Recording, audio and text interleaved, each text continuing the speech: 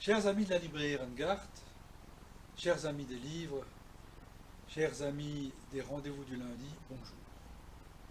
J'ai le plaisir de recevoir aujourd'hui Willy Hahn, un collègue, un libraire, un ami devenu auteur. Bonjour Willy. Bonjour Dominique. Willy est un auteur qui, du fond de sa librairie de Wissembourg, à livre ouvert, nous envoie des messages, des témoignages, des anecdotes qui ont contribué à faire paraître ce livre, Aïcha et les 40 lecteurs. Un livre plein d'émotions, plein d'anecdotes, certaines sont très drôles, certaines sont émouvantes. C'est le quotidien d'un libraire. C'est pour ça que je suis aujourd'hui encore doublement touché, parce que c'est un quotidien que nous sommes nombreux à partager et tout le monde s'y retrouve. Alors l'éditeur m'a demandé aussi de faire une postface, et dans cette postface, je me suis trouvé à écrire que Willy avait osé. Il avait osé franchir le pas, parce que chez les libraires, il y a beaucoup de gens qui ont envie d'écrire, qui n'osent pas. Il l'a fait. Et il l'a fait avec bonheur et avec talent. Mais Willy a un parcours tout à fait étonnant. La librairie à Wissembourg, ça fait 15 ans que tu la tiens. Tout à fait. Et avant, tu étais facteur. Willy, qui es-tu? Comme tout le monde, je suis multiple et pluriel. Donc j'ai fait des études d'histoire pour revenir au tout début de mon parcours à la fac de Strasbourg. Et au moment de choisir une carrière, ce qui s'imposait plus ou moins, c'était de me retrouver devant nos chères têtes blondes à leur expliquer nos ancêtres les Gaulois, Jeanne d'Arc, et puis peut-être Philippe Pétain, enfin peut-être pas forcément Pétain, enfin expliquer l'histoire. Et je ne me voyais pas faire ça. Et il se trouve que ma copine de l'époque, qui est devenue mon épouse, avait son studio juste en face d'une manufacture d'orgue à Cronenbourg. Et un matin, j'ai poussé la porte, j'ai dit bonjour, est-ce que je peux venir voir comment ça se fabrique un orgue? Oui, oui, venez, j'ai passé 15 jours de stage là-bas, ça m'a absolument enthousiasmé, et j'ai dit mais si je veux travailler chez vous, comment je fais? En septembre, vous commencez un apprentissage. J'ai dit banco. Et donc en septembre, c'était en 1989, je me suis retrouvé à recommencer une formation au niveau CAP alors que j'avais une licence, donc bac plus 3. Mais voilà, c'était. Mais oui, mais on ne s'improvise pas facteur d'orgue, non? Ah non, ça c'est évident parce que c'est un métier très complexe qui fait appel à la fois à plein de savoir-faire manuels. On travaille le cuir, on travaille le bois, on travaille les différents métaux. Et après, il y a tout le côté plus technique du son, où il faut savoir un tas de choses sur comment un son se fabrique, comment il se disperse dans un espace donné. Et il y a aussi tout le côté accord et harmonisation. Donc un peu musicien. Un peu musicien par la force des choses. Il n'y a pas besoin de sortir du conservatoire, mais par la force des choses, on travaille pas mal musicalement. Et donc ça a duré combien de temps? Ça a duré exactement 17 ans. Et après, on a fabriqué des orgues, réparé des orgues, vécu dans la musique, un peu particulière, parce que la musique pour orgue est peut-être un petit peu particulière. Et puis tout d'un coup, on décide de devenir libraire. Ça ne se fait pas du jour au lendemain. Un des avantages, mais qui peut devenir aussi un inconvénient de la vie de facteur d'orgue, c'est qu'on bouge beaucoup. Il m'est arrivé certaines années d'être en déplacement à l'autre bout de l'Allemagne, ou à l'autre bout de la France, ou en Suisse, pendant 20-22 semaines par an. Quand on a une famille avec 3 enfants en bas âge, il y a un moment où ça devient lourd, presque pénible de se dire mais je vais être encore parti. Quand je vais revenir, les enfants vont encore être impossibles parce que chacun aura besoin de me raconter au moment où je vais arriver 36 000 trucs qui leur sont arrivés et ça va être trop difficile à gérer. Ça, on comprend très bien. Mais pourquoi le livre? Tu aurais très bien pu devenir marchand d'instruments de musique. J'aurais pu. Que sais-je, mais il y a quelque chose quand même. Oui, j'aurais pu. On ne va pas vers le livre comme ça, ex nihilo. Non. J'aurais pu ouvrir un sex shop aussi, comme le conseillait ma belle-mère, mais finalement, Perfinement, peut-être. finalement non. Et j'ai toujours aimé la lecture, j'ai toujours aimé les livres, j'ai toujours eu beaucoup de livres autour de moi dans ma maison, abonné à des bibliothèques, etc. Et il se trouve qu'à l'époque, on habitait à Wissembourg et on trouvait, avec deux, trois amis, qu'il y avait la place pour faire une autre librairie que celle qui existait. Et tu t'es lancé. Alors ça a été un peu, pardon, ça a été un peu plus long que ça. Euh, on a fait avec deux amis une soirée barbecue et puis au bout de la troisième bouteille de rosé, on s'est dit on va ouvrir une librairie. Bon, jusque-là tout va bien. Après, il a fallu que je me forme parce que même si c'est un métier où il n'y a pas de prérequis, hein, si vous voulez être coiffeur demain matin, ben, il faut faire la formation de coiffeur, il faut faire la maîtrise si vous voulez ouvrir votre entreprise et avoir des apprentis. Libraire, si demain matin ça vous chante, vous prenez vos petites économies, vous ouvrez une librairie, personne ne vous demandera rien. Sauf que c'est un métier, depuis 15 ans que je le pratique et toi depuis 40 ans que tu es dans la maison en tout cas, c'est un métier qui est éminemment technique aussi. Il y a un certain nombre de savoirs qui sont indispensables si vous ne voulez pas partir dans le décor tout de suite. Donc ce que j'ai fait, c'est que je me suis pendant un an, par différentes périodes de formation à Montreuil, donc ça c'est dans la banlieue parisienne, formé à l'INFL qui s'appelle Institut National de Formation des Libraires pour accueillir les bases du métier. Certes, là on a tout l'aspect technique, mais moi je trouve que ce qui est attachant, ce qui est remarquable, c'est la démarche qui quelque part est celle du monde un peu de la culture, la musique, le livre, tout ça, il y a une certaine logique.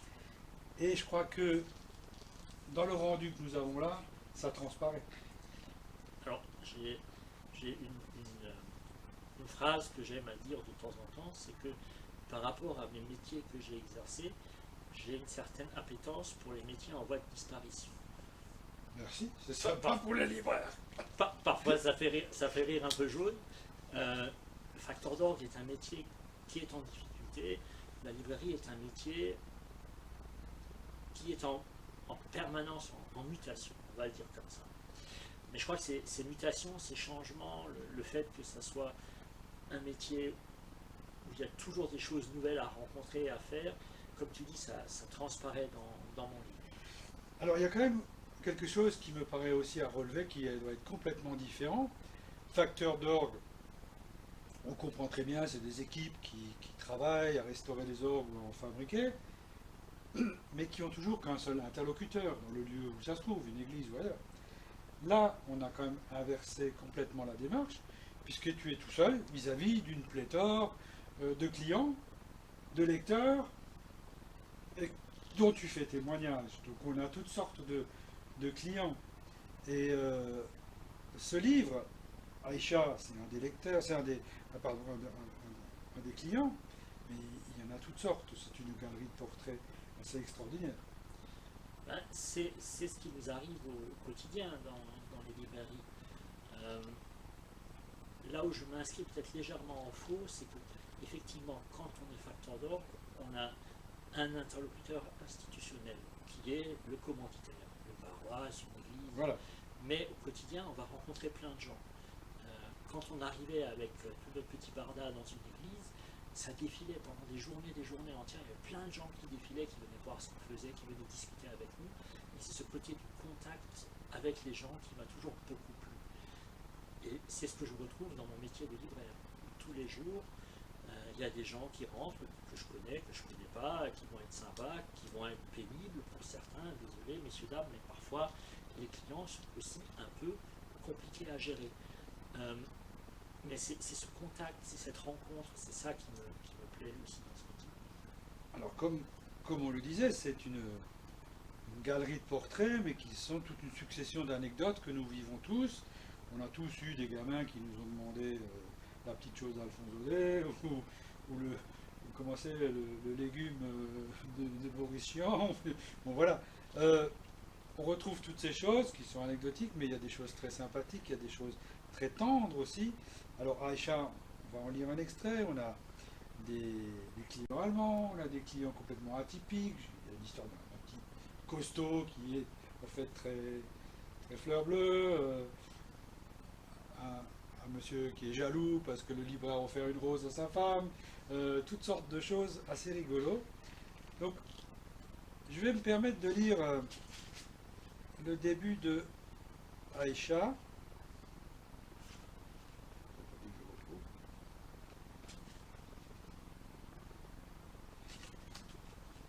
Aïcha, sois fière de ton père.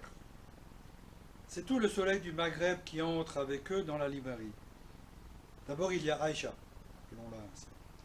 Comme dans la chanson, elle a cette beauté solaire, yeux de biche, chevelure luxuriante et noire de jet, bouclée et ondulante comme les dunes du Sahara. Elle est à l'aise dans son corps, sûre de sa séduction.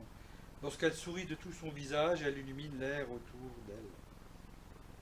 Fouad, appelons-la ainsi. Son père la suit comme son ombre. C'est un petit bonhomme comme un extrait de quintessence de maghrébin, une politesse exquise, souriant et pétulant. Avec lui, c'est Jamel qui arrive dans la boutique. Il est râblé, le visage tanné par le soleil. Il s'exprime avec cette musicalité incomparable. Bonjour, monsieur, tu vas bien? J'ai venu chercher les livres pour ma fille. Etc. etc. C'est une histoire extrêmement touchante. Parce que c'est l'histoire d'un père qui fait tout pour sa fille, pour que sa fille fasse des études. Et c'est chez le libraire que cette famille a trouvé un appui. Et la fille a un peu honte de ce papa, et le libraire lui permet de faire une petite remarque. On va laisser le lecteur découvrir la suite.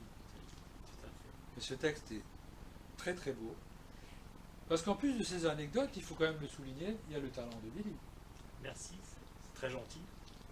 Alors, on a donc ces personnages que j'évoquais tout à l'heure, et il y a aussi les personnages de l'ombre.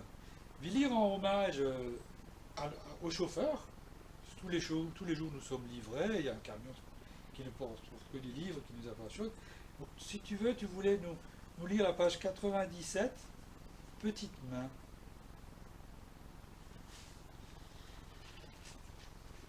Il est 2 heures du matin, ce mardi.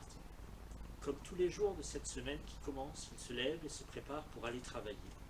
Il en sera ainsi jusqu'à samedi. À 3 heures, il arrive au dépôt. Les semi-remorques arrivent les uns après les autres. Ils ont roulé toute la nuit depuis les entrepôts de la région parisienne, chargés à ras-bord de palettes. Entre-temps, les collègues sont là eux aussi. Ce matin, il fait frisquer. Enfin, encore rien à voir avec les températures glaciales qui règnent ici au cœur de l'hiver. Les 3000 m² de l'entrepôt ne sont pas chauffés.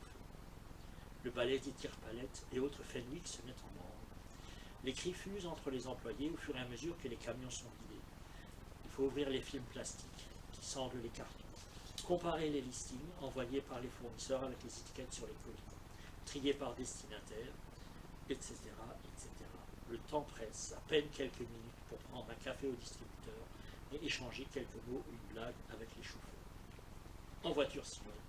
En ce début du mois d'octobre, le jour peine encore à se lever, quand la petite nourriade de camionnettes quitte les abords de Strasbourg pour s'élancer sur les routes. Voilà.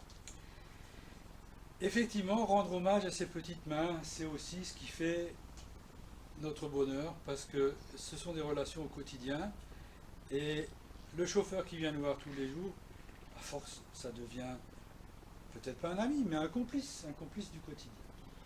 Et pour moi, c'est quelqu'un qui est devenu très important, le chauffeur en l'occurrence, parce que si le contact se passe bien, ben mes cartons ils vont arriver, ils vont être impeccables, ils vont être bien rangés et il n'y aura pas d'erreur dans les listings et j'aurai ma marchandise. Si le contact se passe mal, si c'est le 15e intérimaire en 2 mois, c'est que des histoires de cartons qui sont abîmés, de livres qu'il faut renvoyer, toute une logistique qui est compliquée et qui nous embête. Et c'est pour ça que si ça se passe bien avec lui, la journée commence d'un bon pied et on peut aller de l'avant et être aussi plus là pour nos clients, pour leur satisfaction. Tout à fait, ce que j'allais dire, si la chaîne du livre fonctionne, grâce à ces gens, grâce à la relation que nous avons les uns avec les autres, nous servons au mieux les clients et répondons au mieux à leurs demandes pour avoir leurs commandes et les servir. Mais pas que leurs commandes, nous sommes là pour raconter des histoires, avant tout. Et Billy raconte Des histoires. Alors, aux clients, tu racontes des histoires parce que tu as lu des livres, tu les recommandes, tu leur conseilles, c'est ce que nous faisons tous. Tu nous racontes des histoires parce que tu nous rapportes ces anecdotes avec tous ces personnages. Et je crois qu'il y a deux personnages de plus dont je voudrais entendre parler. C'est la voiture et le poil. Oui, oui, ça fait partie de mon quotidien. Il se trouve que j'habite à une certaine distance de ma librairie et que je crois que je le dis quelque part dans le livre, je dois avoir un ancêtre écossais matiné de Suisse parce que j'essaie d'être très parcimonieux et très économe par rapport à ma voiture. Mais je ne suis pas sûr que ce soit forcément le bon pari parce qu'elle m'a coûté une blinde ces dernières années. Et puis elle est capricieuse. Et elle est capricieuse. Voilà. Donc ça, c'est des aventures, des aléas qui m'arrivent. Alors ce qui m'a étonné dans cette histoire, c'est que tu ne lui aies pas encore donné de nom à cette chippie. Oui. Euh, non, effectivement. Je l'appelle la titine de temps en temps, mais voilà, elle fait vraiment partie de ma vie. C'est un mélange entre affection et désagrément, Ah oui. mais c'est vraiment un élément de cette vie qui est ponctué de ces rencontres, etc. Puis un autre personnage matériel comme ça, c'est le poil, qui t'a aussi fait quelques histoires. Ah oui, c'est quand je me suis installé dans le local que j'occupe actuellement, il n'y avait pas de chauffage du tout. Donc j'avais toute l'attitude pour trouver le meilleur moyen. Et quelque part, mon rêve, c'était d'avoir une cheminée, d'avoir un endroit où il y a du bois qui brûle, avec cette chaleur déjà de la couleur, de ce jaune-orange du bois qui brûle, la chaleur tout court, et puis cette idée de convivialité. Il y a une cheminée près de laquelle on s'assied pour lire un peu. Ça, c'est en théorie. En pratique, eh ben, comme c'est un poêle qui fonctionne avec des pelettes, donc il y a plusieurs éléments mécaniques qui sont alimentés par des moteurs, etc. Toutes ces choses-là ont malheureusement la fâcheuse habitude de tomber en panne. Et elles tombent en panne forcément au pire de l'hiver. Elles ne vont pas tomber en panne en plein juillet, de toute façon ça ne marche pas à ce moment-là. Et donc je me suis payé l'une ou l'autre fois 2, 3, 4, 5 jours avec entre 5 et 7 degrés dans la librairie à attendre une pièce de rechange ou un réparateur pour que ça remarche. Alors oui, ce poil, il ne remplace pas la cheminée, mais la cheminée ouverte à côté des livres, c'est peut-être aussi un peu un fantasme, mais c'est peut-être certainement un danger. Mais la chaleur de cette lecture au coin du feu, c'est aussi un de ces moteurs qui anime le libraire, puisque la chaleur des rencontres, la chaleur de lecture, c'est notre quotidien. Alors Willy, comme pratiquement tous les libraires, organise des rencontres, des dédicaces, et là on retrouve cette notion de chaleur et de partage. Et ça c'est primordial. Tu veux nous en dire un mot? Tout à fait. Euh, il y a différentes manières de recevoir un auteur dans une librairie. On peut mettre une table dans un coin de la librairie ou près de la caisse, asseoir l'auteur derrière avec ses piles de livres, et puis prier tous les saints de la librairie et le bon Dieu pour que les gens rentrent et veuillent bien acheter son livre. Longtemps, ça s'est fait comme ça se fait encore. À mon avis, c'est une manière de faire qui est un peu à bout de souffle. Donc moi, ce que je propose, c'est une espèce de rencontre-événement où il va y avoir des amis musiciens avec qui j'aurais préparé la chose en amont et qu'ils auront 3 ou 4 moments pour chanter une chanson, interpréter un morceau, toujours en relation d'une certaine manière avec ce qui va se dire avec l'auteur. Et ça dure 1 heure et demie, et après on finit autour d'une bonne bouteille de vin et puis de quelques petites agapes. Et c'est tout à fait une autre manière de concevoir la rencontre, puisque la dédicace sera au bout de ce moment de convivialité, et l'auteur sera bien sûr là pour signer les livres, et je serai bien sûr là pour en vendre le maximum, puisque c'est un peu le but de la manœuvre aussi. La dédicace devenant ainsi, pour l'acheteur, un souvenir de ce moment, de cet événement et de cette librairie. Alors, tu es libraire, indépendant, et seul aussi dans ta boutique. C'est aussi quelque chose d'important. Cette solitude, est-ce qu'elle te pèse? Au mois de février, quand il n'y a personne qui vient, parce que vous êtes tous allés skier, oui, ça me pèse. Mais le reste de l'année, non. Il se trouve que nous avons dans notre petite association dont tu es président, Dominique, faut-il le rappeler, une libraire volante. Donc ça c'est quelque chose que nous avons réussi à mettre en place. C'est une personne qui vient remplacer ou qui vient donner un coup de main chez l'un, chez l'autre, une journée, une demi-journée, une semaine, 2 semaines, 3 semaines, en fonction des besoins.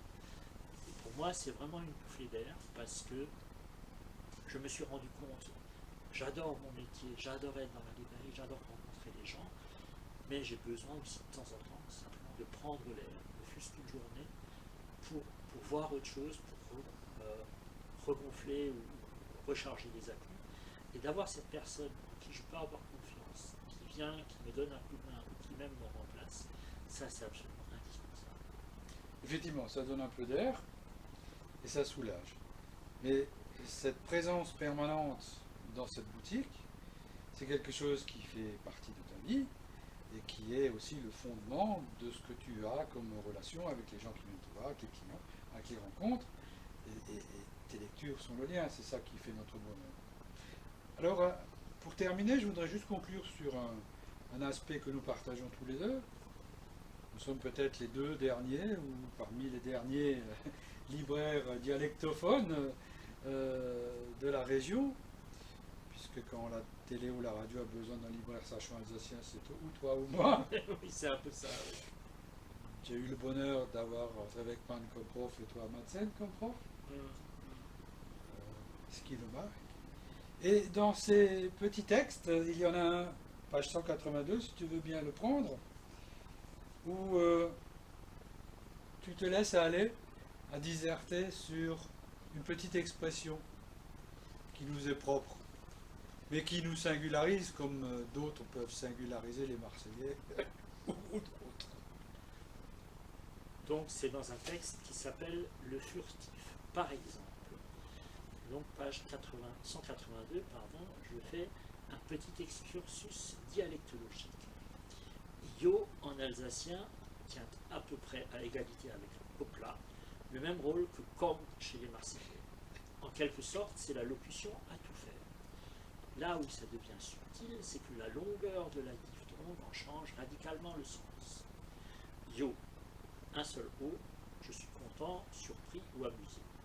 Yoa, avec un A, je suis interloqué à la limite de la contrariété. Yo, avec 2 O, je suis déçu, voire mécontent.